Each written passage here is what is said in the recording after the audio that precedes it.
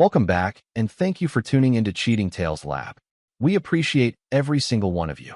We'd love to know, what part of the world are you watching from right now? Let us know in the comments. Now, let's dive into today's story. Chapter 1, Facades. Damon Ridley stared at the spreadsheet on his computer screen, the blue light reflecting off his angular face. At 42, he still maintained the physique and discipline from his 12 years in Navy Special Operations. His dark hair was cut short, with streaks of silver at the temples that gave him an air of distinguished authority. The security consulting firm he'd built after leaving the military had flourished over the past 7 years. He specialized in high-risk personal security for corporate executives and wealthy families, a career that utilized his tactical skills while allowing him to maintain a stable home life with Vanessa. 15 years of marriage. Nearly 2 decades together if you counted their dating years. The thought made him check his watch. 8:30 p.m. Vanessa had texted that she'd be working late again at her interior design studio. The third time this week. Damon closed his laptop and moved to the kitchen of their colonial-style home in Westbrook, an affluent suburb outside Boston. He opened a bottle of scotch and poured 2 fingers into a crystal tumbler, a gift from Vanessa on their 10th anniversary. The house phone rang, startling him. Nobody called their landline except telemarketers and Vanessa's father. Ridley residence, he answered. Mr. Ridley? This is Amanda from Pinnacle Realty. I'm just calling to confirm your appointment tomorrow to view the property on Highland Avenue. Damon's brow furrowed. I think you have the wrong number. We're not looking to buy property. Oh, I'm so sorry. I must have misdialed. The appointment was for Tristan Mercer and Vanessa Leland. My apologies. The line went dead before Damon could respond. Vanessa Leland, her maiden name. And who the hell was Tristan Mercer? He placed the tumbler down slowly, his military training automatically kicking in. Assess the situation. Gather intelligence. Form a strategy. Taking a deep breath, he opened his laptop again and ran a search for Tristan Mercer in Boston. The results showed a 38-year-old real estate developer with slick promotional photos. Handsome in that manufactured way that reminded Damon of cologne advertisements. According to his company website, Mercer specialized in luxury condominium conversions. Damon heard the garage door open. He closed the laptop and returned to his scotch, leaning casually against the kitchen counter as Vanessa walked in. She was still striking at 40, honey blonde hair falling just below her shoulders, green eyes that could charm or cut depending on her mood. She wore a fitted black dress that wasn't her usual work attire. You're home, she said, a momentary flash of something surprise, annoyance, crossing her features before her practiced smile appeared. I thought you'd be in your office. Finished early. He raised his glass slightly. Drink. No, I'm exhausted. She placed her purse on the counter, keeping more distance between them than usual. The Thornton project is killing me. Their demands keep changing. Damon nodded, watching her movements with the studied observation that had kept him alive in hostile territories. The way she avoided eye contact. The faint scent of unfamiliar cologne. The slight smudge in her lipstick. How's the college fund planning going? He asked casually. Vanessa brightened, setting down the mail she'd been flipping through. Actually, I've been meaning to talk to you about that. The financial advisor suggested we look into a home equity option. Interest rates are incredibly low right now. I thought we agreed to use the stock portfolio when the twins are ready for college. The twin girls they'd never had. The fertility treatments that had failed 5 years ago. The adoption applications that Vanessa had mysteriously wanted to postpone repeatedly. This would be better financially, she said quickly. I have the paperwork ready. We just need to sign it before rates change again. Damon took another sip of his scotch. Of course, whatever you think is best. Vanessa's shoulders relaxed slightly. She moved toward the stairs. I'm going to shower and go to bed. Don't stay up too late. As her footsteps faded upstairs, Damon pulled out his phone and texted his old teammate from SEAL Team 6. Need your help. Discreet surveillance and intel. My house and wife. Starting tomorrow. 2 minutes later, Wesley Falcon Reynolds replied. Consider it done. Details tomorrow. Anything specific I should know? Damon typed back. Name, Tristan Mercer. Real estate developer. Possible property on Highland Avenue. He poured another scotch and walked to the living room window, staring out at the manicured lawn that Vanessa had insisted on hiring a professional service to maintain. 15 years of marriage. He'd missed anniversaries during deployments, had been shot at in 3 different countries, had killed to protect his team and his country. And now, standing in his own home, he felt the same cold, tactical calculation taking over that had guided him through the most dangerous operations of his career. Vanessa had no idea who she was truly dealing with. Chapter 2. Connections. Damon maintained his routine over the next 3 days, giving Vanessa no indication that anything had changed. Each morning, he kissed her goodbye before heading to his office downtown. Each evening, he returned home at his usual time, engaging in the same surface-level conversations they'd been having for months. Meanwhile, Wesley was conducting surveillance, documenting Vanessa's movements and interactions. The text updates arrived every few hours on a secure messaging app they'd used during operations. 10:15 a.m. Subject left house. Followed to studio, but entered adjacent building.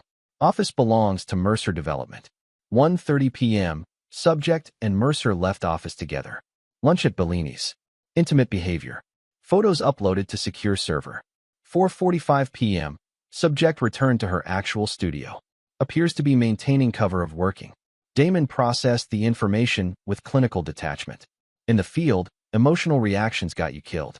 Here, they would only blind him to the full scope of the betrayal. On Thursday afternoon, Wesley called. "I've got something significant," he said without preamble when Damon answered. "They're meeting with a lawyer today, Stevenson and Brandt, specializing in real estate transactions. Time, 2:30. Want me to go in?" Damon considered it. "No. Stay on surveillance. I'll handle the legal angle." He ended the call and dialed another number. Naomi Winters had been his company's attorney for 5 years, brilliant, discreet, and completely ruthless in protecting her clients' interests. "Naomi, I need a favor that stays between us." "Those are always the interesting ones," she replied. "What's up?" "I need information about a meeting happening at Stevenson and Brandt today. 2:30. Involves Tristan Mercer and a woman who may be using the name Vanessa Leland. Your wife." It wasn't a question. Naomi never missed details. "Yes. This sounds matrimonial, Damon. Not my specialty. Just information gathering for now. I need to know what they're planning before I decide how to respond." There was a pause. "I'll make a call. My paralegal interned there last year. Still has connections. I appreciate it." "Don't. You've saved my ass enough times with difficult clients. I'll text you when I have something." At 4:17 p.m., his phone buzzed with a message from Naomi. "They're preparing transfer documents for your house. Full ownership from joint to your wife only. Also discussed quick sale preparation with local realtor. Estimated listing price, $1.2 million. Damon felt something cold settle in his chest.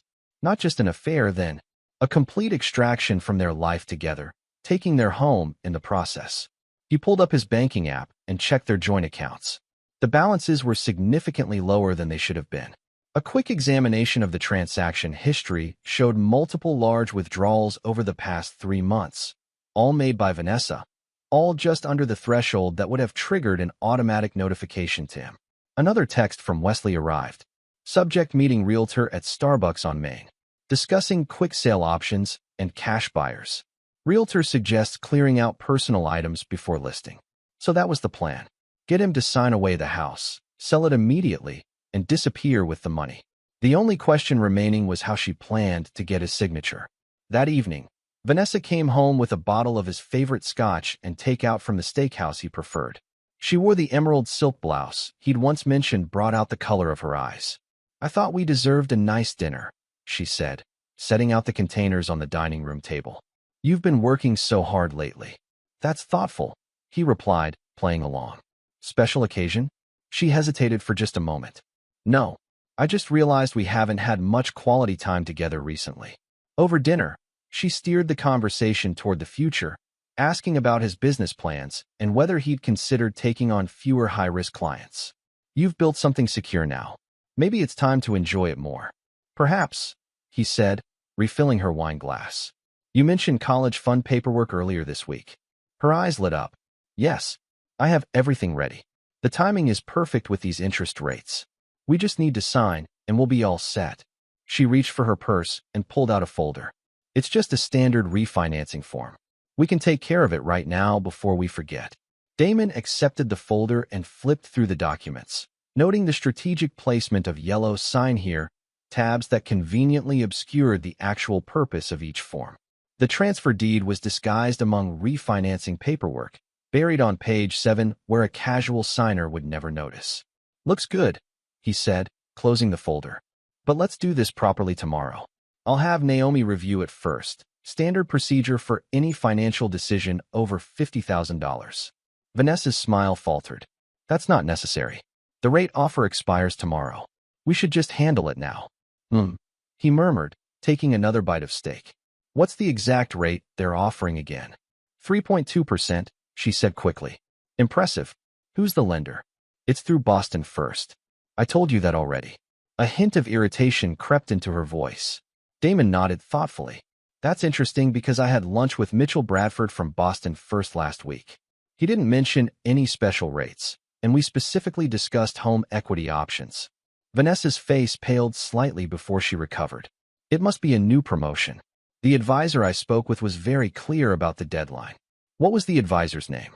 I should thank them for such a great opportunity." "David something. I have his card at the studio." She stood abruptly. "You know what? Let's just wait until tomorrow. You're right. We should review everything carefully." She began clearing the plates with more force than necessary. Damon watched her, cataloging every micro-expression, every tell. In that moment, she reminded him of insurgent informants he'd interviewed, people telling partial truths wrapped in carefully constructed lies. Later that night, as Vanessa slept, Damon sat in his home office looking through old photographs. Their wedding day. Vanessa looking up at him with what he'd believed was love. Vacations they'd taken. The house when they'd first bought it. Vanessa standing proudly in the driveway. He selected one particular photo, both of them at a charity gala 3 years ago, his arm around her waist, her smile dazzling for the camera. He studied her eyes in the image, searching for any hint of the deception that must have already been forming in her mind. His phone vibrated with a text from Wesley. "Found link to Mercer's finances. He's underwater on 2 development projects. Needs cash infusion within 60 days or loses everything." The pieces clicked into place. Vanessa wasn't just leaving him. She and Mercer needed the money from the house. This wasn't just betrayal. It was financial desperation disguised as marital dissatisfaction. Damon closed the photo album and leaned back in his chair. He'd spent his career reading threat assessments, identifying vulnerabilities, and neutralizing dangerous situations before they escalated. Now he would apply those same skills to his own life. Chapter 3: Revelations. The next morning, Damon called his office and delegated the day's meetings to his second-in-command, citing a family matter. He waited until Vanessa left for her studio, then made a series of phone calls. First to his bank, where he spoke to the branch manager he'd known for years. By the time the call ended, he had frozen the joint accounts and secured his personal accounts with additional verification measures. Next, he called a locksmith contact who specialized in high-security systems and scheduled an appointment for later that day. Finally, he reached out to a digital security expert who had worked with his firm on several client protection details.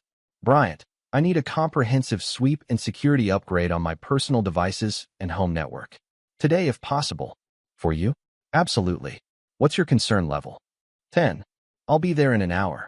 While waiting, Damon reviewed the information Wesley had compiled on Tristan Mercer. The developer had 2 luxury condominium projects that were months behind schedule and significantly over budget. Multiple contractors had filed liens against the properties. He'd recently been denied additional financing from 3 different banks. Mercer needed money, and Vanessa had a house worth $1.2 million. Brian arrived with his equipment and spent 3 hours sweeping the house for surveillance devices and securing Damon's digital footprint. He found 2, a small audio recorder in Damon's home office and spyware on his personal laptop. "Both amateur setup," Bryant said, showing Damon the devices. "Would you like me to disable them or leave them operational but fed with false information?" "The second option," Damon replied without hesitation. By mid-afternoon, the locksmith had changed every external lock on the house and installed a new security system that required both fingerprint and code access. Damon was the only authorized user. At 4:30 p.m., Wesley arrived with a flash drive containing all the surveillance photos and videos he'd collected over the past 4 days. They sat in Damon's office reviewing the evidence. "They're sloppy," Wesley observed. Overconfident. She thinks I'm oblivious, Damon replied, his voice devoid of emotion. And he thinks he's smarter than he is. What's your play? Damon stared at a photo of Vanessa and Mercer embracing outside his office building. I'm going to sign the papers. Wesley raised an eyebrow. You're giving her the house? After all this? I'm giving her exactly what she wants, Damon replied, a cold smile touching his lips. And then I'm taking everything. At 6:15 p.m., Vanessa returned home to find Damon sitting in the living room, the folder of documents open on the coffee table before him, his signature freshly applied to each flagged page. You're home early, she said, hiding her surprise poorly. Finished my meetings ahead of schedule, he replied. I decided to review these papers you've been so eager for me to sign. The college fund refinancing, right? Vanessa's eyes flicked to the signed documents. Yes, exactly. Did you sign them? I did. All taken care of. He closed the folder and handed it to her. I hope this helps secure our future. The genuine shock on her face was quickly masked by a practiced smile. That's wonderful. I'll drop these off first thing tomorrow. No rush, he said lightly. I already scanned and emailed copies to the relevant parties. A flash of panic crossed her features. You didn't need to do that. I would have handled everything. Just being efficient. He stood and stretched casually. I'm going to grab a shower before dinner. I'm thinking we could order in tonight, celebrate our smart financial planning. As he climbed the stairs, he heard her immediately make a phone call, her voice hushed but urgent. He didn't need to hear the words to know she was calling Mercer to accelerate their plans. The next morning, Saturday, Damon pretended to leave for his weekly golf game. Instead, he parked a block away and returned on foot, entering through the back door using his new security codes. From his hidden position in his home office, he watched through the security camera system as Vanessa made a flurry of calls. She paced nervously, repeatedly checking her watch. At 10:30 a.m., a realtor arrived, the same one who had accidentally called their home phone. Vanessa led her through the house, discussing staging strategies and the timeline for listing. We need to move very quickly, Vanessa was saying, her voice perfectly captured by the home's security microphones. My husband has signed the transfer documents. Once they're processed Monday morning, we can list immediately. And he's on board with the sale? The realtor asked. He'll be informed once everything is finalized, Vanessa replied smoothly. It's better this way. Clean break. They discussed pricing strategy, the realtor suggesting they could demand even more than $1.2 million in the current market. Vanessa practically glowed at the news. After the realtor left, Mercer arrived.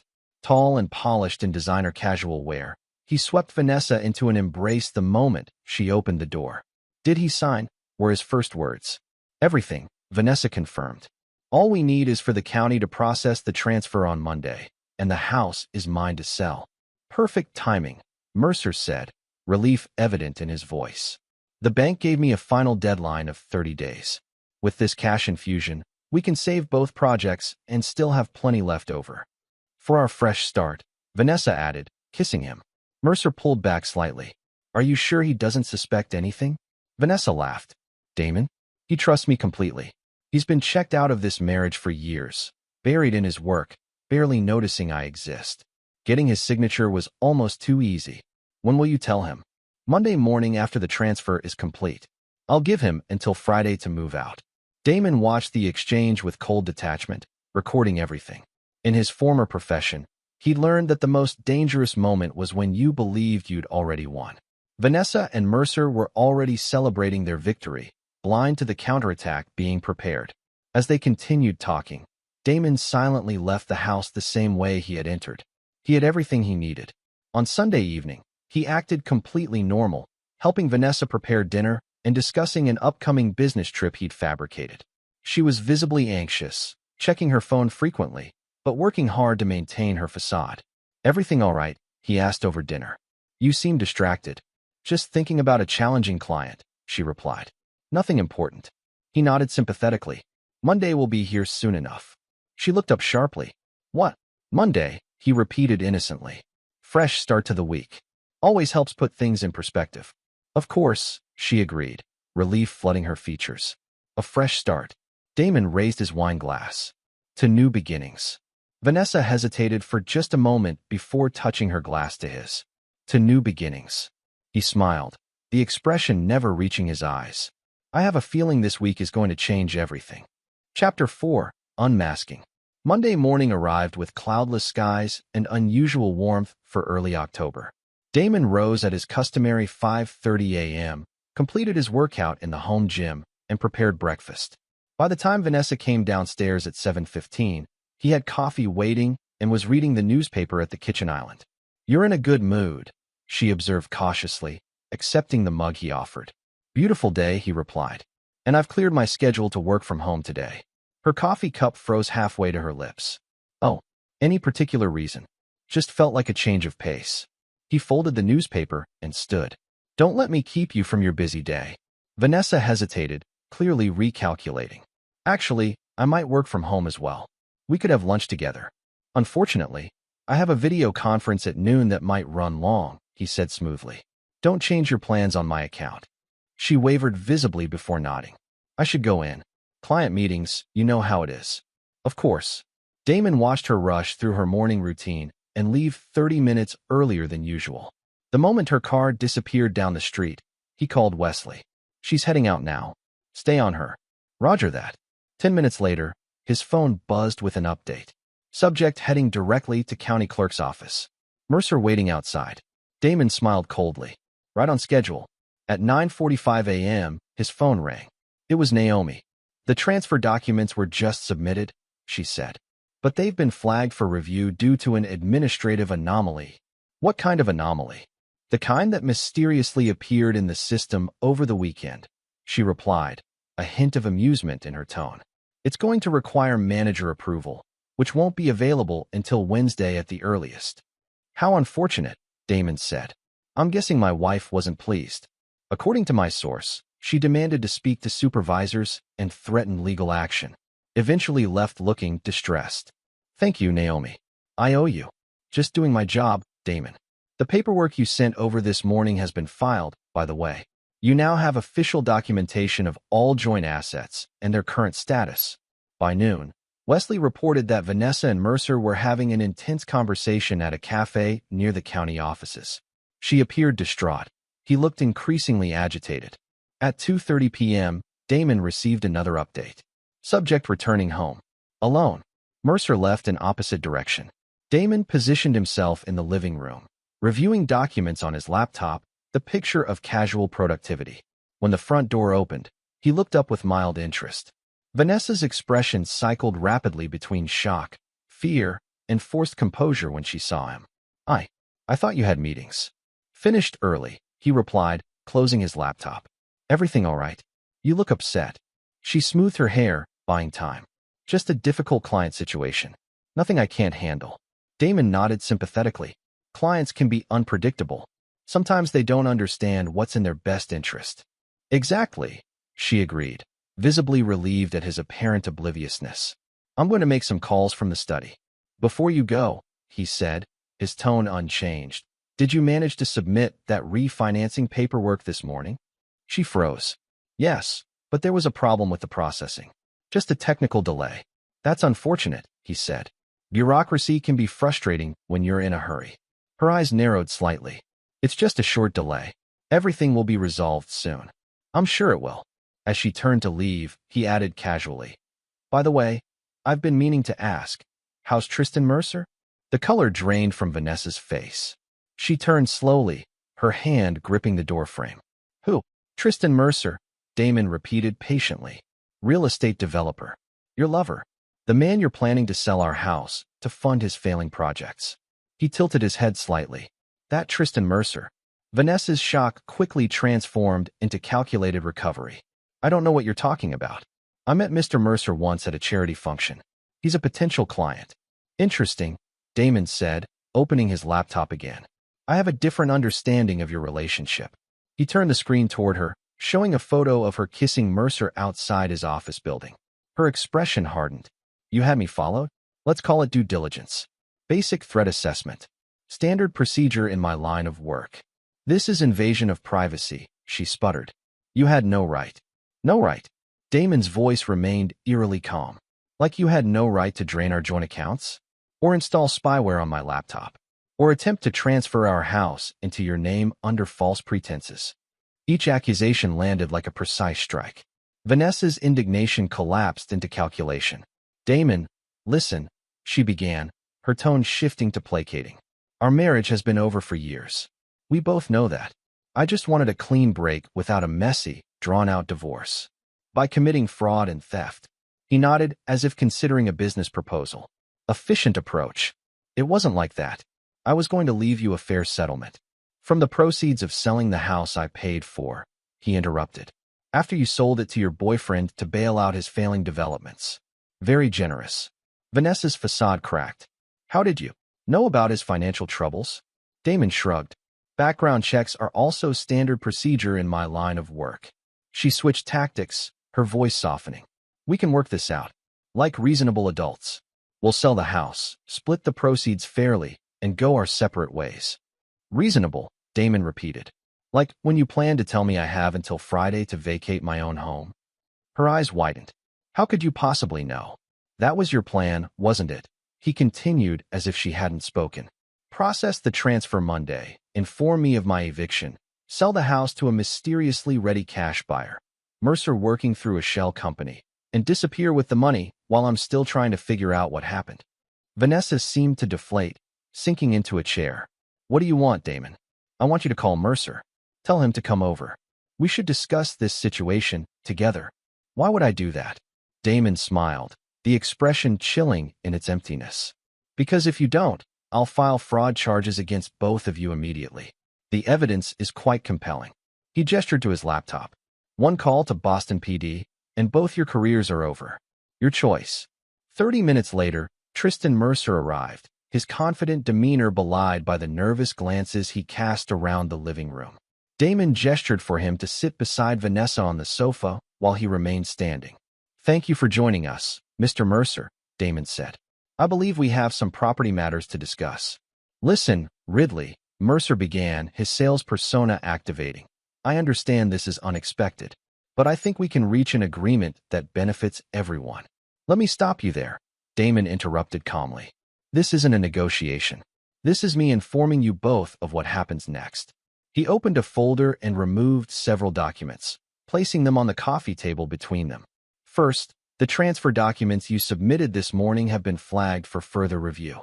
They will ultimately be rejected due to evidence of forgery and misrepresentation. He pointed to the next document. Second, I filed a formal complaint with the Bar Association regarding the attorney who prepared these fraudulent documents. Mercer paled. Now wait a minute. Third, Damon continued undeterred. I've documented every unauthorized withdrawal from our joint accounts over the past 3 months. He looked directly at Vanessa. The total comes to $218,500. You have 24 hours to return those funds before I file criminal charges. Vanessa's composure finally shattered. You wouldn't dare? It would be your word against mine. Actually, Damon said, removing a small digital recorder from his pocket. It would be your word against your own. Would you like to hear how clearly this device captures audio? He pressed play. Vanessa's voice filled the room. Damon trusts me completely. He's been checked out of this marriage for years. Getting his signature was almost too easy. Mercer jumped in. This is entrapment. You can't record people without their knowledge. Massachusetts is a two-party consent state, Damon agreed. Except when there's documented evidence of criminal conspiracy, which there is. Or when the recordings are made by home security systems, which these were. On property I own. He turned to Vanessa. You should have researched the law more carefully before plotting to steal my house. What do you want? Mercer demanded, his facade of smooth confidence completely evaporated. From you? Nothing. You're irrelevant. Damon's dismissal was absolute. From my wife. A clean, uncontested divorce with the following terms. He slid another document across the table. She keeps her design business, her personal accounts, and the assets she brought into the marriage. I keep the house, my business, and all joint assets. No alimony, no further contact. Vanessa scanned the document, her expression fluctuating between anger and disbelief. This is highway robbery. No, Damon corrected her. Highway robbery is what you attempted. This is consequence. And if I refuse, then tomorrow morning, your clients, your family, and the Boston Globe received copies of every piece of evidence I've collected. The fraud charges get filed. Your business reputation evaporates." He shrugged. "Your choice." Mercer stood abruptly. "I need to make a call." "Sit down," Damon ordered, his voice suddenly carrying the unmistakable command presence that had once directed special operations teams in crisis situations. Mercer sat automatically. "You're not making calls. You're not leaving until this is resolved." Vanessa looked between them, then back at the divorce agreement. "You've been planning this." "Since the moment I learned what you were doing," Damon confirmed. "Unlike you, I don't leave things to chance." The confrontation continued for another hour, but the outcome was inevitable. By that evening, Vanessa had signed the divorce papers and agreement to return the withdrawn funds. Mercer had slunk away, already calculating how to save himself from financial ruin without Vanessa's promised windfall. As Vanessa packed a suitcase in strained silence, Damon leaned against the bedroom doorframe. "You know what the saddest part is? I would have given you a fair settlement if you'd just asked for a divorce like a normal person." She zipped the suitcase closed with unnecessary force. "You would have fought me on everything. This was cleaner." "Cleaner," he repeated. "That's one word for betrayal." "Like you're innocent," she snapped. "Always gone.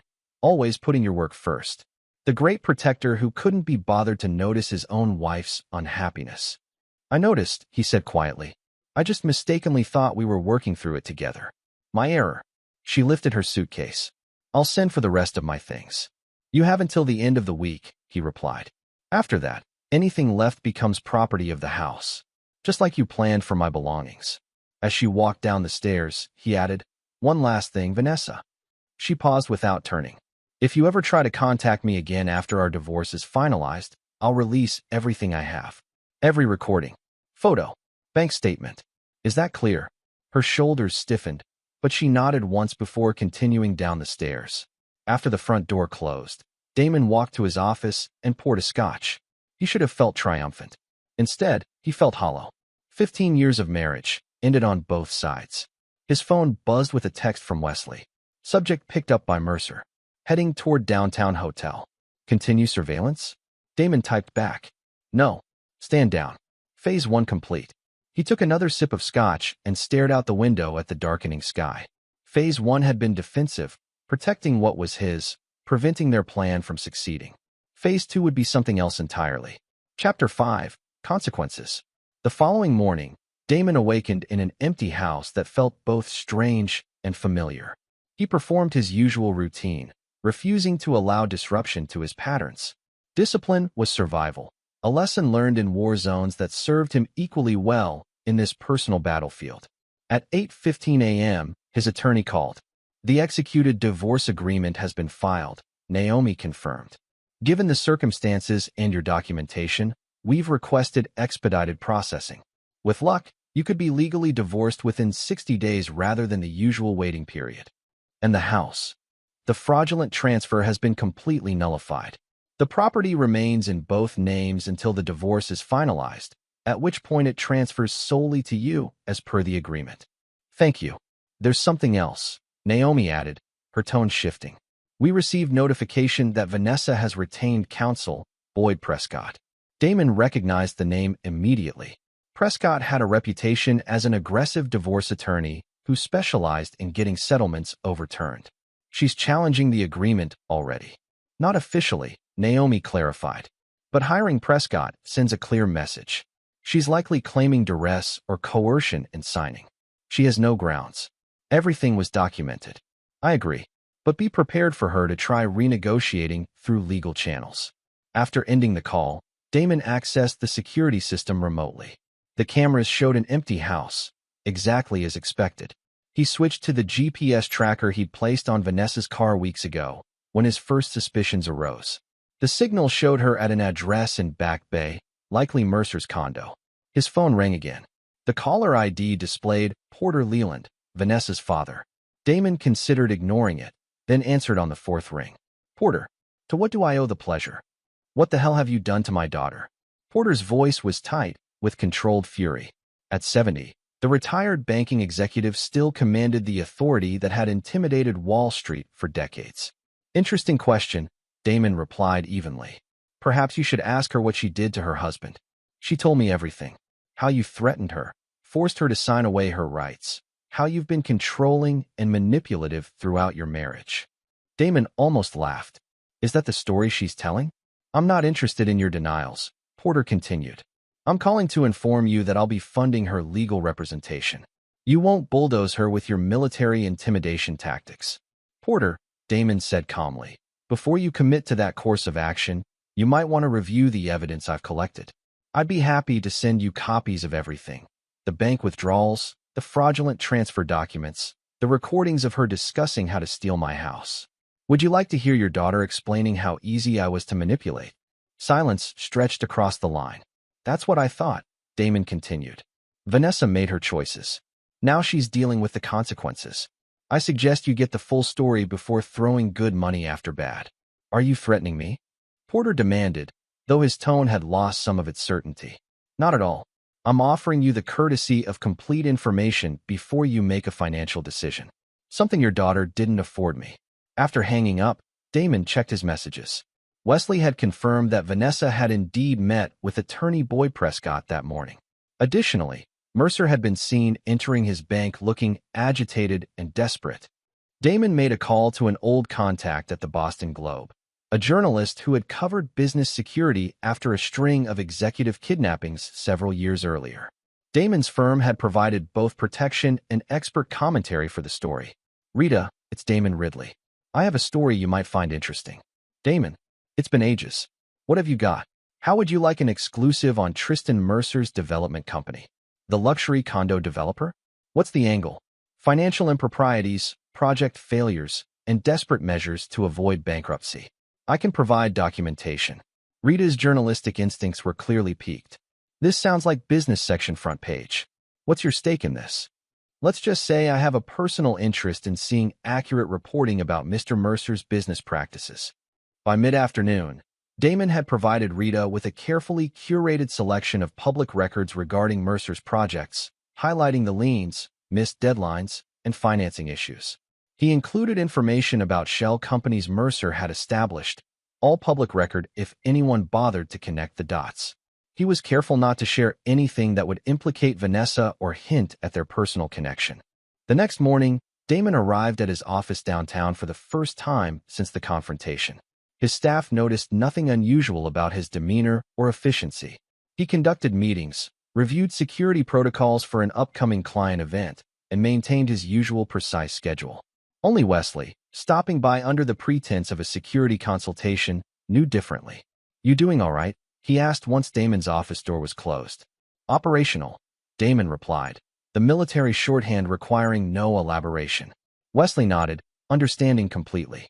Targets have been active. She met with her father this morning after her attorney meeting. He looked considerably less supportive afterward. Not surprising, Damon said. Porter Leland doesn't back losing ventures. Mercer's scrambling, Wesley continued. Made 7 calls to different financial institutions yesterday. All short conversations. Rejection calls, Damon surmised. His funding options are evaporating. So what's next? We continuing surveillance. Damon considered the question. Not actively. Monitor remotely. I've set something in motion that needs to develop naturally. 2 days later, the Boston Globe published its business section with the headline, Luxury Developments in Crisis. Mercer Projects Face Financial Collapse. The article detailed the troubled history of Mercer's 2 major developments, complete with quotes from contractors about unpaid work and investors expressing concern about the company's viability. Rita had done thorough follow-up research, uncovering even more financial problems than Damon had initially provided. By noon, Mercer Development stock had dropped 28%. By closing bell, it was down 47%. That evening, Damon received a furious call from Vanessa. What have you done? She demanded without preamble. I'm not sure what you're referring to, he replied calmly. Don't play innocent. The Globe article. Tristan's company is in free fall. You did this. I provide security consulting, Vanessa. I don't write newspaper articles. You vindictive bastard, she hissed. This isn't about business. This is about punishing me. Interesting perspective, he said, but inaccurate. Mr. Mercer's business troubles are entirely self-inflicted, according to multiple sources quoted in that article. Perhaps you should reconsider your association with someone so financially irresponsible. You're enjoying this, aren't you? Actually, Damon said truthfully, I'm not. But I am ensuring that actions have appropriate consequences. Something you seem to have forgotten in our marriage. The line went silent for several seconds. The divorce agreement, she finally said, her tone shifting to negotiation. I want to revisit the terms. The agreement you signed voluntarily? After attempting to defraud me? That agreement. I was under duress, she insisted. My attorney says we have grounds to challenge it based on your threats and intimidation. Counselor Prescott is welcome to try, Damon replied.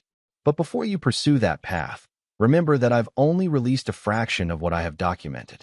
If this becomes a legal battle, everything becomes evidence. Everything. You wouldn't. I absolutely would. Your choice, Vanessa.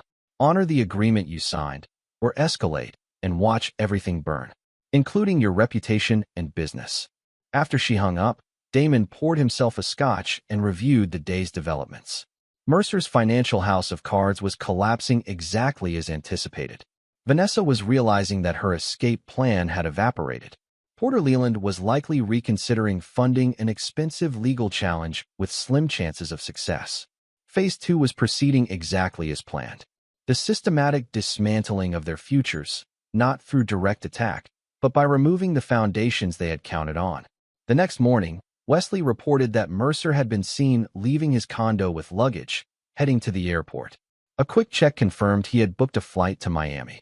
By the weekend, Vanessa had moved the remainder of her personal belongings from the house. She left her keys on the kitchen counter with a note.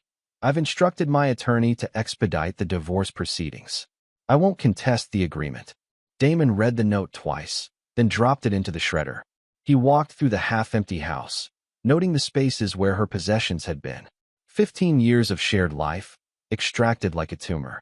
That evening, he received an email from an unfamiliar address. The subject line read simply, "Why?" The body contained only 2 sentences. You've destroyed everything.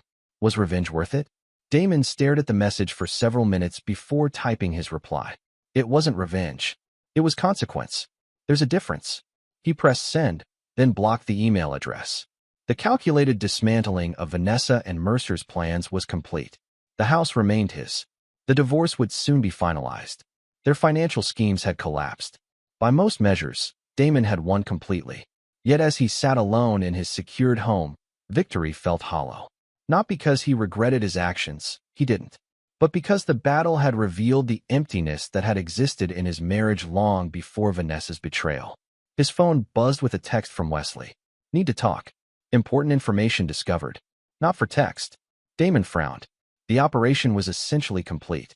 What else could have surfaced? Tomorrow. Office. 0800. Whatever Wesley had found, it would wait until morning. Tonight, Damon needed solitude to process the end of one campaign and prepare for whatever came next. Chapter 6. Revelations. Damon arrived at his office at 7:30 a.m., earlier than usual.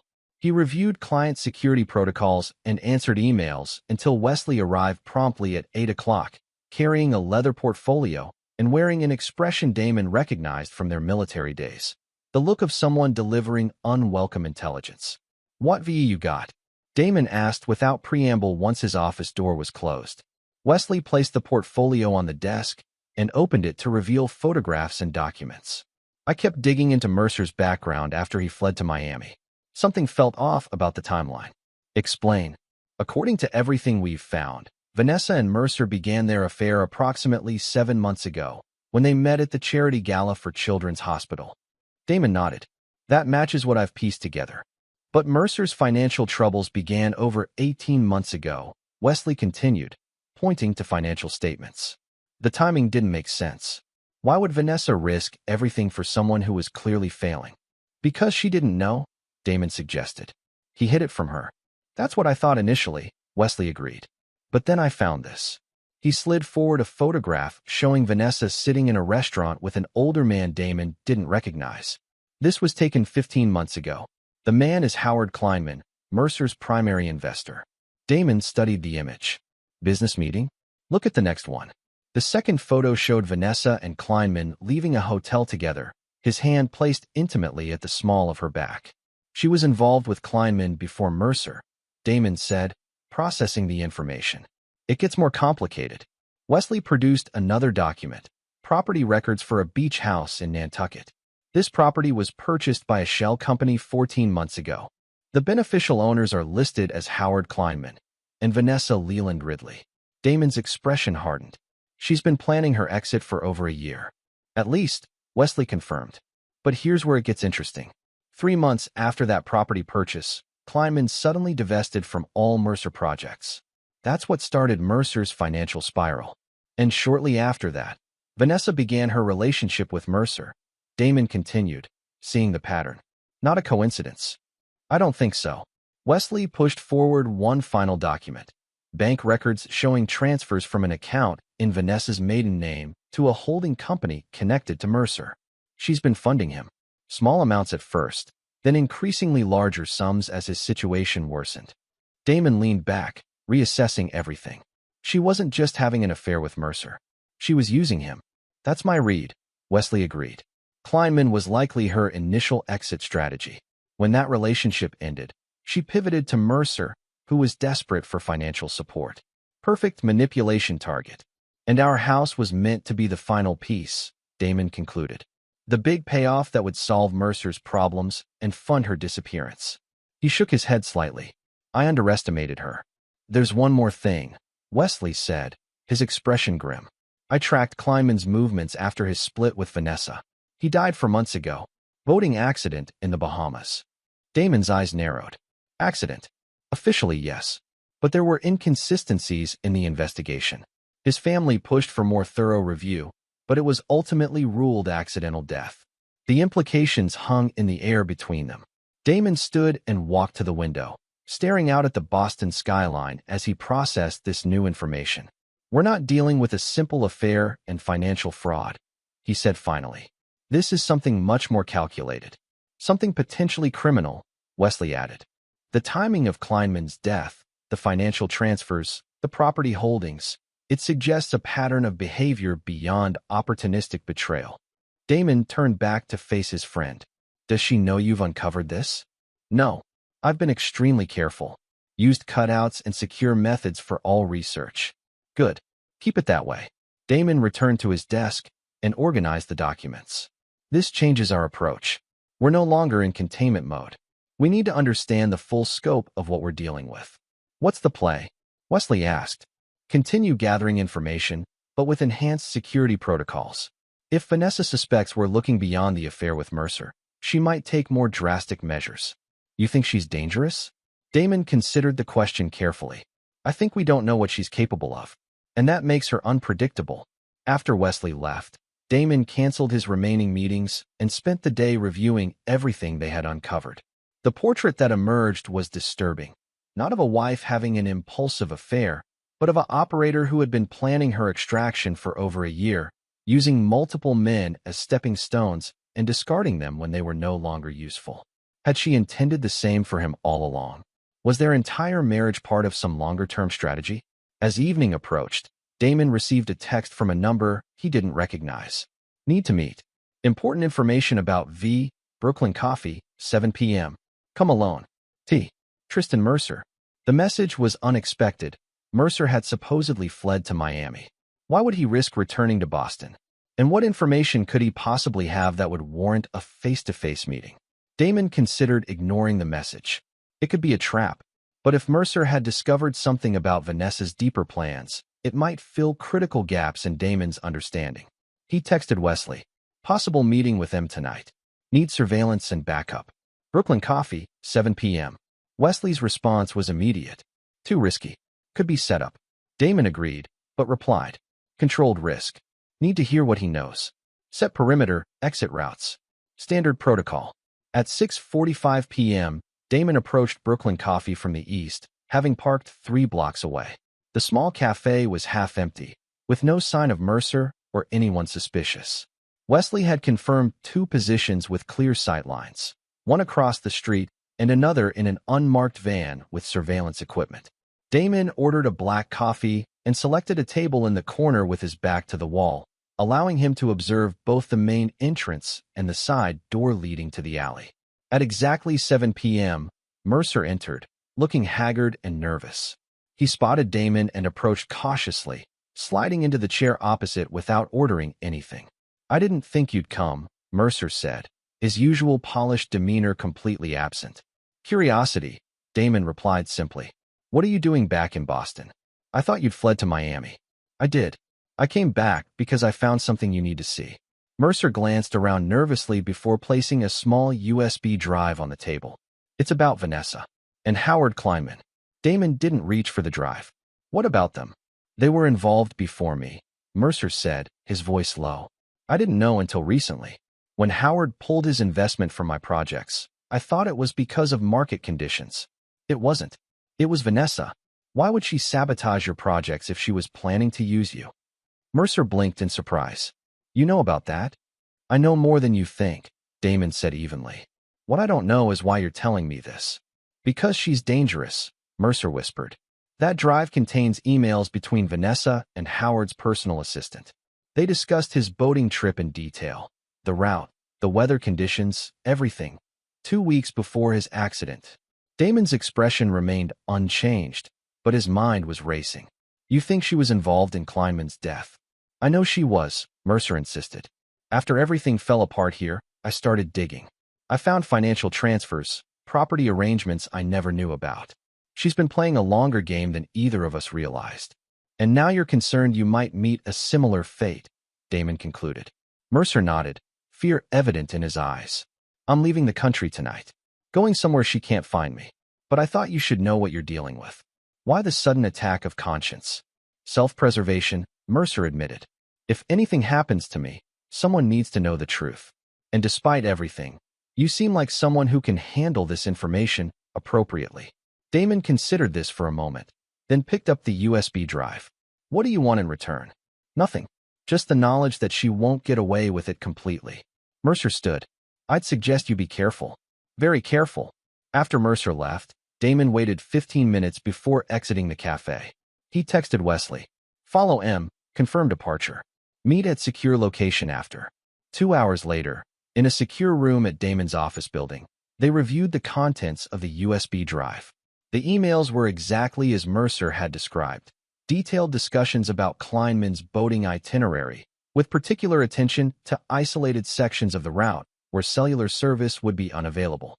More damning were financial records showing that Kleinman had changed his will shortly before his death, adding Vanessa as a beneficiary for a significant insurance policy. The policy had been paid out 3 months ago, right around the time Vanessa began withdrawing funds from their joint accounts. "This is circumstantial," Wesley noted. "Suspicious, but not conclusive. Enough to warrant further investigation," Damon replied. "Especially combined with what we already know. Are you thinking about going to the authorities?" Damon considered the question carefully. "Not yet. We need more concrete evidence. And we need to understand her next move." Assuming Mercer disappears as planned, her primary connection to Kleinman's death goes with him, Wesley pointed out. "She loses the house and money from you, but retains whatever she got from Kleinman's insurance. She could still extract herself relatively cleanly. Unless she believes Mercer shared information before leaving," Damon countered. "In which case, she might take more drastic measures to contain the situation." "You think she'd come after you directly?" "I think she'll do whatever she believes necessary to protect herself." Damon began organizing the data from the USB drive, creating a secure backup. "Enhance home security protocols. Additional surveillance. We assume hostile intent until proven otherwise." Wesley nodded grimly. "And Mercer?" "Confirm he leaves the country as planned. After that, he's on his own." As Wesley left to implement the enhanced security measures, Damon sat alone in the secure room, reviewing everything they had uncovered. The woman he had married, the woman he had built a life with for 15 years, was a stranger. A potentially dangerous stranger who had already orchestrated one person's death and the financial ruin of another. What had she planned for him if her original scheme had succeeded? A quick disappearance with his money? Or something more permanent, like Kleinman's accident? The questions were disturbing, but Damon approached them with the same tactical analysis he had applied in combat situations. Emotional reactions could wait. Right now, he needed clarity and strategy. His phone buzzed with a text from an unknown number. "We need to talk." Last chance to resolve this amicably. Your choice. Vanessa, using another burner phone. The implied threat was clear. Damon didn't respond immediately. Instead, he reviewed the security footage from the cameras outside Brooklyn Coffee. There, a figure in a parked car across the street, watching the entrance. The angle wasn't ideal, but the silhouette was unmistakably female. She had been monitoring his meeting with Mercer. He texted Wesley, "Be aware of meeting. Escalation likely imminent. Implement full countermeasures." Then he replied to Vanessa's message. "Nothing to discuss. Agreement stands." Her response came seconds later. "You have no idea what you're dealing with." Damon stared at the message, recognizing the veiled threat for what it was. He typed back, "Actually, I do. Howard Kleinman sends his regards." The message showed as delivered, but no response came. Damon knew he had just changed the game entirely. By revealing his knowledge of Kleinman, he had forced Vanessa's hand. Whatever came next would be decisive. Chapter 7. Counterattack. The next 3 days passed in tense silence. Vanessa made no further attempts to contact Damon.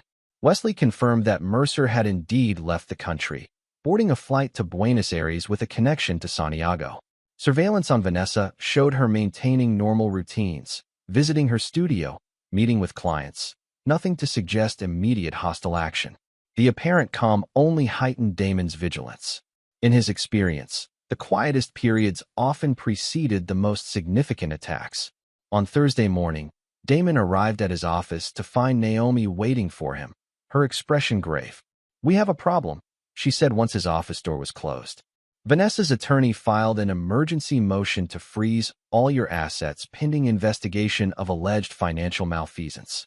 Damon raised an eyebrow. "On what grounds?" "Allegations that you systematically drained joint accounts and business funds over the past year, hiding assets offshore in preparation for divorce." Naomi handed him the legal filing. "They're claiming over $2 million in hidden assets." "Completely fabricated," Damon said, scanning the document. "Of course," Naomi agreed. "But it's cleverly constructed. They've included just enough verifiable transactions, your legitimate business transfers and investments, to make the allegations seem plausible to a judge who doesn't have full context." "Strategic counterattack," Damon noted. "Make me defend against false claims while tying up my financial resources." "Exactly. And there's more. They've submitted evidence suggesting you engaged in threatening behavior, including alleged surveillance and intimidation, turning my documentation of her betrayal into evidence against me," Damon said with grudging respect for the tactic. "She's playing this well. The judge has scheduled an emergency hearing for tomorrow morning. If he grants the asset freeze, it could cripple your operations temporarily." Damon considered this new development with analytical detachment. "She's attempting to neutralize my financial advantage while poisoning the narrative. Standard intelligence tactics. Discredit the opponent while limiting their operational capabilities." "This isn't a military operation, Damon," Naomi cautioned. "This is family court. Different rules apply." "Same principles," he countered. "Vanessa wants to control the battlefield by changing the terrain. We need to deny her that advantage." For the next several hours, Damon and Naomi prepared their response to the emergency motion, gathering documentation that refuted each false claim while highlighting Vanessa's own financial improprieties. By late afternoon, they had assembled a comprehensive counterfiling that not only defended against the accusations, but revealed their tactical nature. "This should be sufficient," Naomi said, reviewing their work. "Judge Harriman is generally skeptical of emergency freezes without substantive evidence. I think we can prevent the immediate asset restriction, but the broader allegations will still need to be addressed in court." "That's all we need for now," Damon replied. "Tactical victory that preserves operational capability." After Naomi left, Damon received a call from Wesley. "We've got movement," his friend reported. "Subject just met with a man outside her studio. Not a known associate."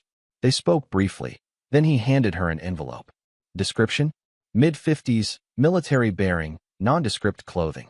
Behaved like a professional. I ran facial recognition through our security database. Former MARSOC operator named Russell Dixon. Now works private sector.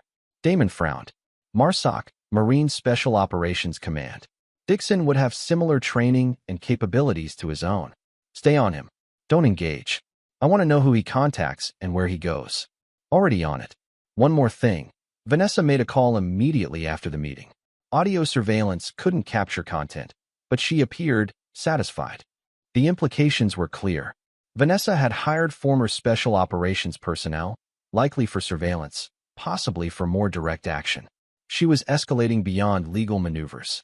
Damon spent the evening implementing additional security protocols. He modified his routines, established new communication procedures with Wesley, and activated contingency measures they had prepared days earlier. By midnight, his defensive perimeter was secure, both physically and digitally. The emergency hearing the next morning proceeded exactly as Naomi had predicted. Judge Harriman was skeptical of the asset freeze request, particularly after reviewing Damon's counterfiling that dismantled each allegation. "These are serious accusations, Counselor Prescott," the judge said, addressing Vanessa's attorney. "But I'm not seeing substantive evidence to support emergency action. The normal discovery process will be sufficient to address these concerns." The motion was denied, leaving Vanessa visibly fuming as she left the courtroom. She didn't acknowledge Damon's presence, but her expression conveyed unmistakable fury. Outside the courthouse, Damon noticed a man matching Dixon's description watching from across the street. Their eyes met briefly, professional recognition between operators with similar backgrounds. "He's sending a message," Damon murmured to Wesley as they walked to their car. "Letting us know we're under observation." "Standard intimidation tactic," Wesley agreed. "Want me to send a counter message?" "Not yet. Let's see how this plays out." That afternoon, Damon's security team identified 2 additional surveillance positions near his home and office, professionally established, difficult to detect without specialized equipment. Vanessa was investing significant resources in monitoring his movements. "She's building intelligence for something," Wesley assessed as they reviewed the surveillance data. "This isn't just about knowing your whereabouts." "Agreed. She's mapping patterns, identifying vulnerabilities." Damon studied the positioning of the observation points. "The question is whether this is defensive or offensive preparation." "Given her history, I'd assume offensive," Wesley said grimly. Damon nodded. "So would I." The confirmation came that evening. As Damon was leaving his office, a sleek black sedan pulled alongside him. The window lowered to reveal Russell Dixon in the driver's seat. "Mr. Ridley," Dixon said calmly. "Got a minute to talk?" Damon assessed the situation instantly.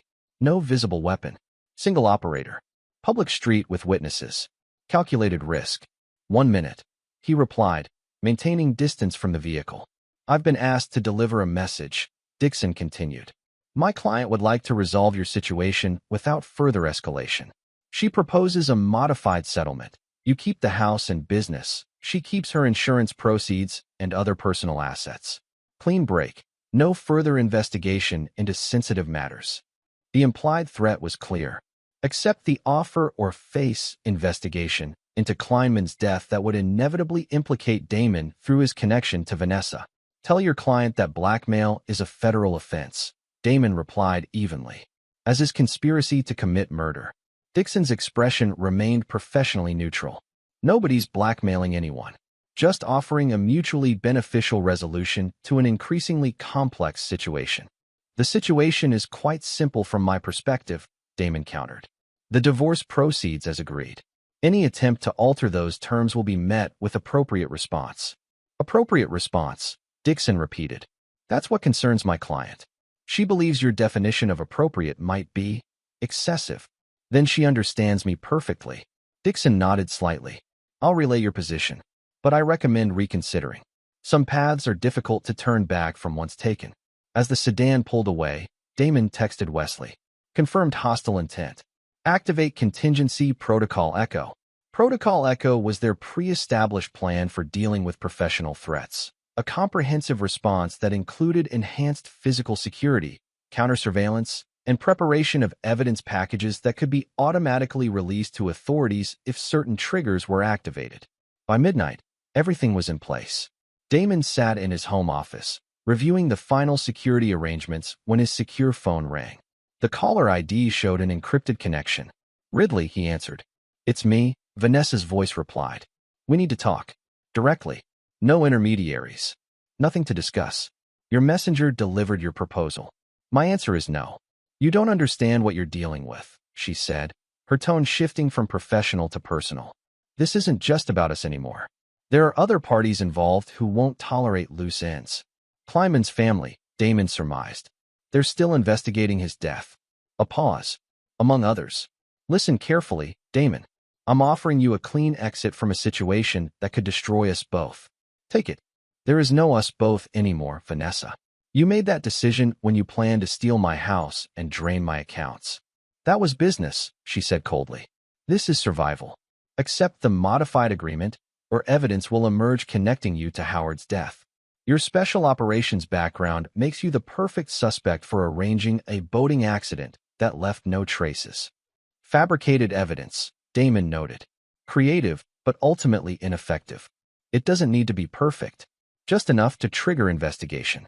How will your security clients react to their consultant being investigated for murder?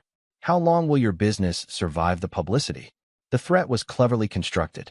Even a baseless investigation could devastate his reputation in an industry built on trust and reliability. Last chance, Damon, Vanessa continued. Sign the modified agreement tomorrow, and this all goes away. Refuse, and the consequences begin immediately. After she hung up, Damon sat motionless, evaluating options. Vanessa had escalated beyond financial and legal maneuvers into direct threats. She was willing to implicate herself to destroy him. The situation had moved beyond containment into direct confrontation. His secure phone buzzed with a message from Wesley. Package Echo prepped and ready. Awaiting your command. Damon typed back. Execute at 0700 tomorrow unless you receive stand-down code. The decision was made. If Vanessa wanted war, she would have it, but not on her terms. Protocol Echo wasn't just defensive. It was the triggering mechanism for their most comprehensive counterattack. By morning, everything would change. Chapter 8, Endgame. At precisely 7 a.m., Protocol Echo activated. Wesley initiated a sequence of carefully orchestrated actions that had been prepared days earlier. First, an evidence package was delivered simultaneously to the FBI, the Massachusetts State Police, and the Bahamian authorities investigating Howard Kleinman's death. The package contained all the documentation they had gathered regarding Vanessa's connection to Kleinman, the suspicious financial transactions, and the communications regarding his boating route. Second, a separate filing was submitted to the divorce court, documenting Vanessa's attempted extortion and threats, complete with recorded conversations and witness statements from security professionals who had observed Russell Dixon's surveillance activities. Third, frozen accounts that Damon had established under contingency protocols were activated, providing operational funding that would remain accessible regardless of any legal maneuvers Vanessa might attempt. By 8:15 a.m., Damon received confirmation that all three components had been successfully executed. The cascade effect was immediate. His phone began ringing with calls from Naomi, from journalists seeking comment, and finally from an FBI agent requesting a meeting.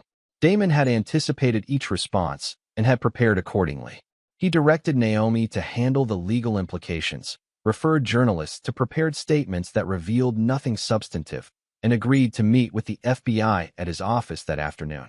At 9:30 a.m., Wesley reported that Vanessa had been observed leaving her apartment in obvious distress, making multiple frantic phone calls as she drove to Boyd Prescott's office.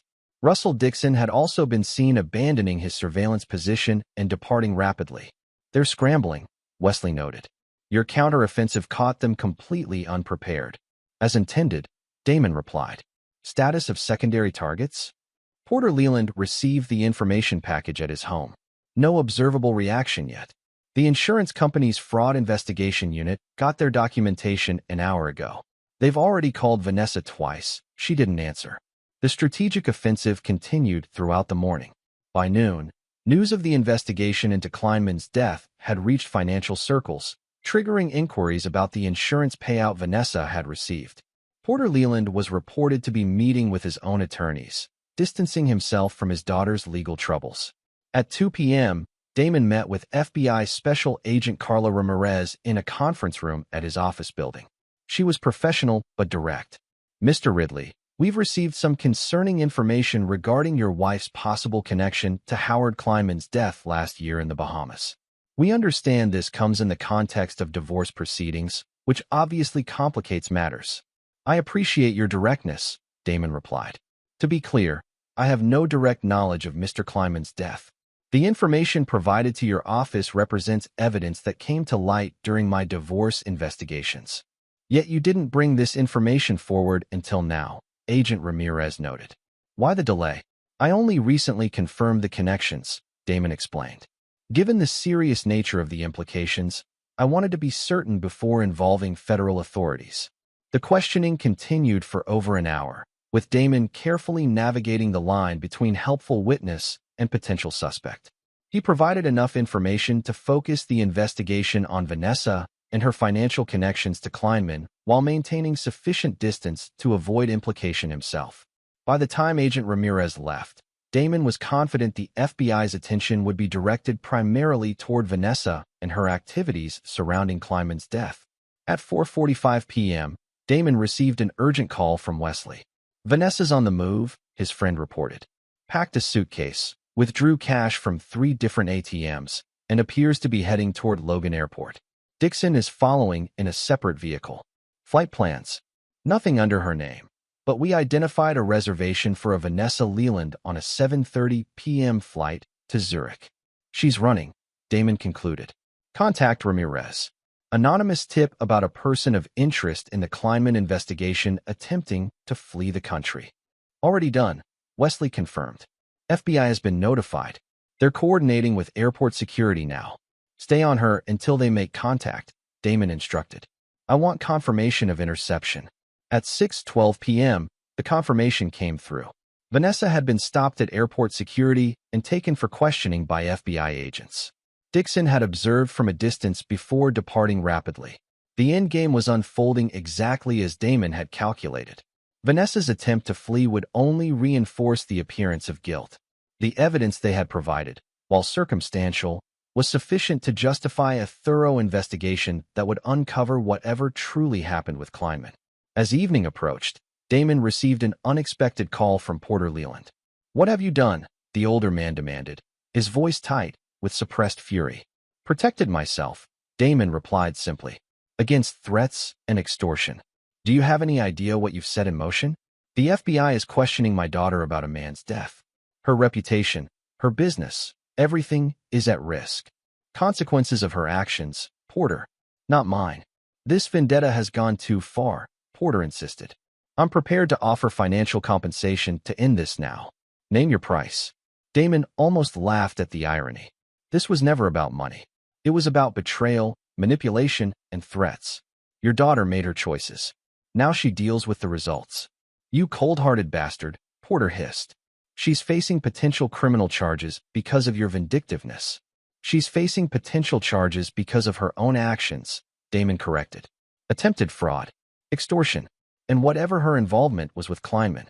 I merely ensured the appropriate authorities had relevant information." After Porter hung up, Damon received another update from Wesley. Vanessa had been released from initial questioning, but had surrendered her passport and been instructed not to leave the state pending further investigation.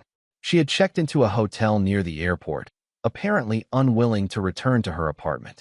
By midnight, the first phase of the counteroffensive was complete. Vanessa's escape attempt had been thwarted. Legal and financial pressure had been applied from multiple directions.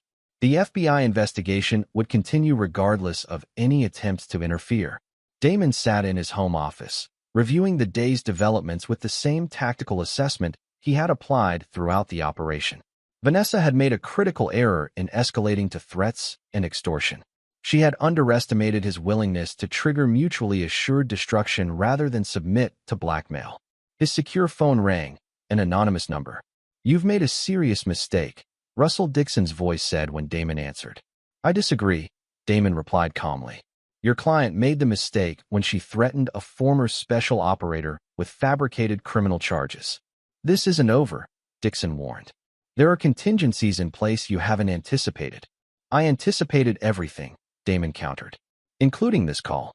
Professional courtesy, walk away now. Whatever she's paying you isn't worth the exposure you're risking by continuing to associate with her." A pause. "You think you've won. This isn't about winning. It's about neutralizing a threat. Something you understand perfectly well from your Marsoc days." Another, longer pause. "How did you get my military record?" The same way I obtained detailed files on your activities for the past 5 years, Damon said, the implicit message clear. I have intelligence on you as well. Understood, Dixon finally said, professional recognition in his tone. Consider me withdrawn from the operation. After ending the call, Damon texted Wesley. Dixon neutralized. Monitor to confirm disengagement. The response came quickly. Will verify. Status of primary target? Contained. No immediate threat. Maintain surveillance. Damon poured himself a scotch and walked to the window, looking out at the quiet suburban street. The tactical phase was nearly complete. Vanessa had been neutralized as a threat, her plans disrupted, her escape prevented. The legal and financial consequences would unfold over the coming weeks and months. Yet despite the operational success, Damon felt no satisfaction. 15 years of marriage had ended not just in betrayal, but in mutual destruction. There would be no winners here, only survivors. His phone buzzed with a final message from Wesley for the night. Local police responding to disturbance call at subject's hotel. She's apparently having a breakdown in the lobby. Demanding to speak with you. Damon didn't respond. Whatever emotional crisis Vanessa was experiencing was her problem now. His focus remained on security, on protection, on ensuring that the threat she represented remained neutralized. The endgame had begun. All that remained was to see it through to its conclusion. Chapter 9, Aftermath. Monday morning arrived with unusual clarity for late October. Damon completed his regular fitness routine, reviewed security protocols for the day, and drove to his office following a carefully varied route that avoided predictable patterns. The weekend had brought significant developments. Vanessa had been formally interviewed by FBI agents regarding Howard Kleinman's death. According to Wesley's sources within local law enforcement, she had initially maintained composure before eventually revealing details about her relationship with Kleinman that aligned with their evidence package. Tristan Mercer had been contacted by authorities in Chile, where he had apparently established temporary residence. His cooperation with the investigation was reported to be fulsome and immediate, clearly prioritizing self-preservation over any lingering loyalty to Vanessa. The insurance company that had paid out Kleinman's policy had initiated their own fraud investigation, freezing the remaining funds in Vanessa's accounts pending resolution. Porter Leland had publicly distanced himself from his daughter's legal troubles, issuing a statement through his attorney that he had no knowledge of or involvement in any improper activities. At 10:15 a.m., Naomi arrived at Damon's office with updates on the divorce proceedings. Judge Harriman has reviewed the new filings regarding the attempted extortion, she reported. Given the circumstances, he's inclined to expedite the divorce under the original terms you proposed. Vanessa's attorney has withdrawn from representing her. Boyd Prescott abandoned ship? Damon asked, mildly surprised. Apparently, he doesn't handle clients under federal investigation. Naomi confirmed with professional satisfaction. The court has given Vanessa until Thursday to secure new representation, but unless something dramatic changes, your terms will be approved by the end of next week. Any communication from her directly? Nothing through official channels, Naomi said. Though I understand she's been trying to reach you personally. Damon nodded. The flood of calls and messages from Vanessa had begun Saturday night and continued through Sunday, alternating between threats, pleas for mercy, and bizarre attempts at reconciliation. He had blocked each new number she used without responding. If she contacts your office, direct her to her new attorney once she retains one, he instructed. I have nothing to say to her directly. After Naomi left, Damon received a call from Agent Ramirez. Mr. Ridley, I wanted to update you on our investigation. We've made significant progress regarding Mr. Kleinman's death, largely due to cooperation from multiple parties. I appreciate the courtesy, Damon replied neutrally, though I'm not sure how I can be of further assistance. Actually, we may need your statement regarding certain financial transfers that moved through joint accounts you shared with your wife, Ramirez continued.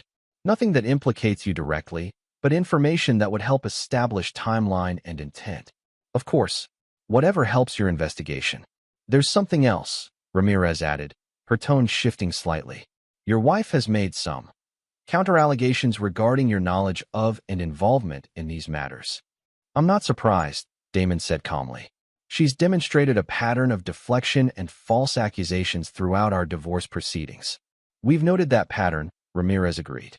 Still, Procedure requires that we investigate all claims. Would you be willing to submit to a formal interview later this week? Absolutely. I have nothing to hide.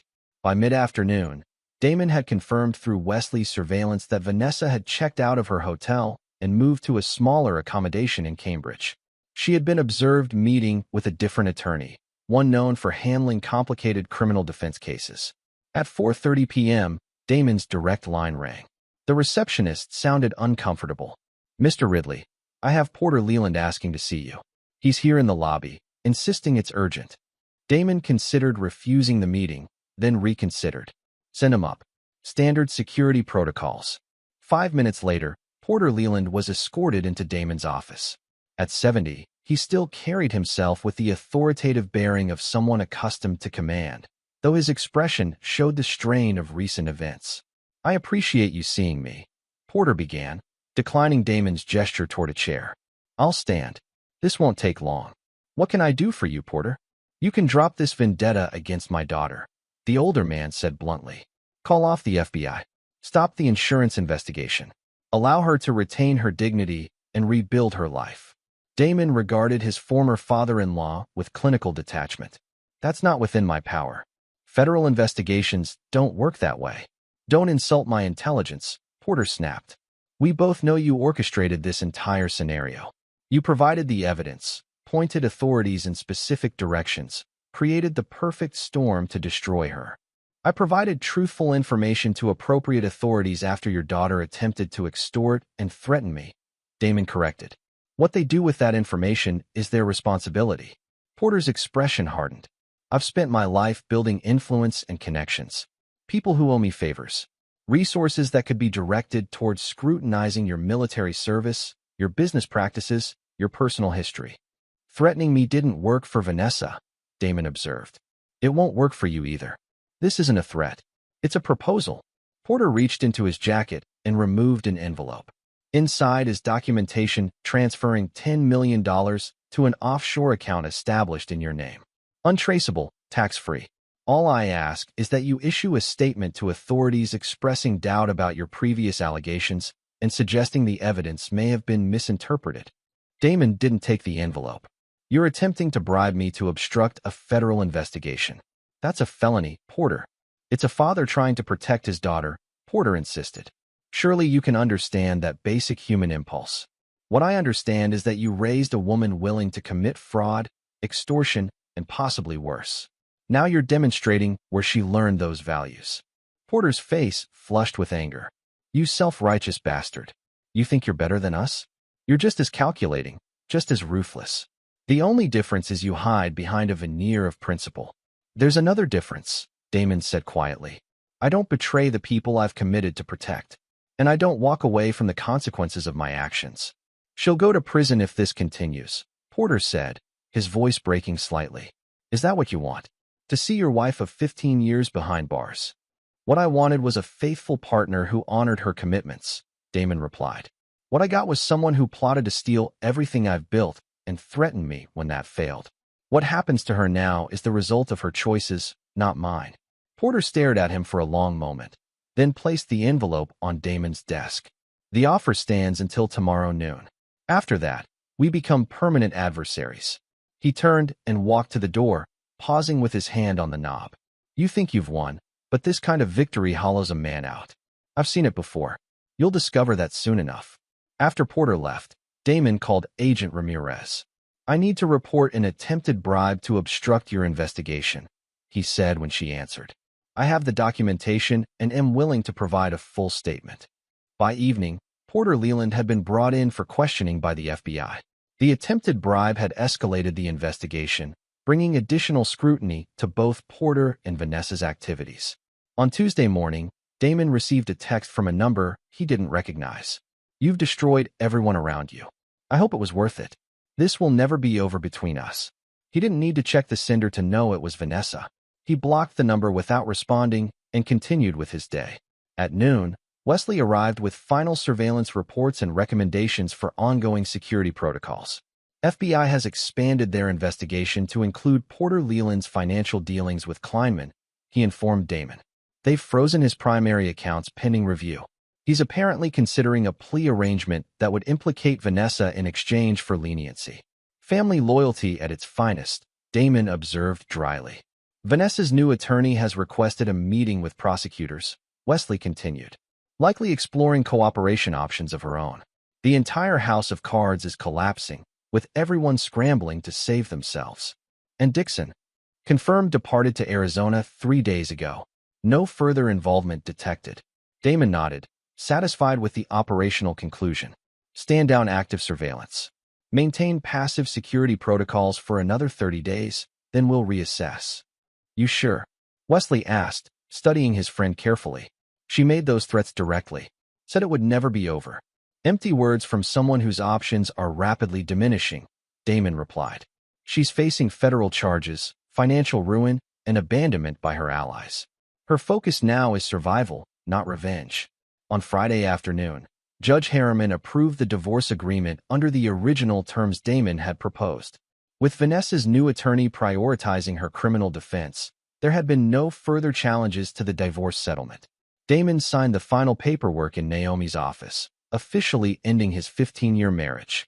The process felt anticlimactic after the intense tactical operations of the past weeks. Congratulations, I suppose, Naomi said as she witnessed his signature. Though that hardly seems the right word. Conclusion is more accurate, Damon replied. Closing a chapter. That evening, alone in the house that had nearly been stolen from him, Damon poured a scotch and reviewed the entire operation from beginning to end. From the moment he had discovered Vanessa's betrayal through the systematic dismantling of her plans and the final counteroffensive that had neutralized her as a threat. Tactically, it had been a complete success. Every objective achieved. Every threat eliminated. His assets and reputation preserved. Yet Porter's parting words echoed uncomfortably. This kind of victory hollows a man out. Damon's secure phone buzzed with a message from Wesley.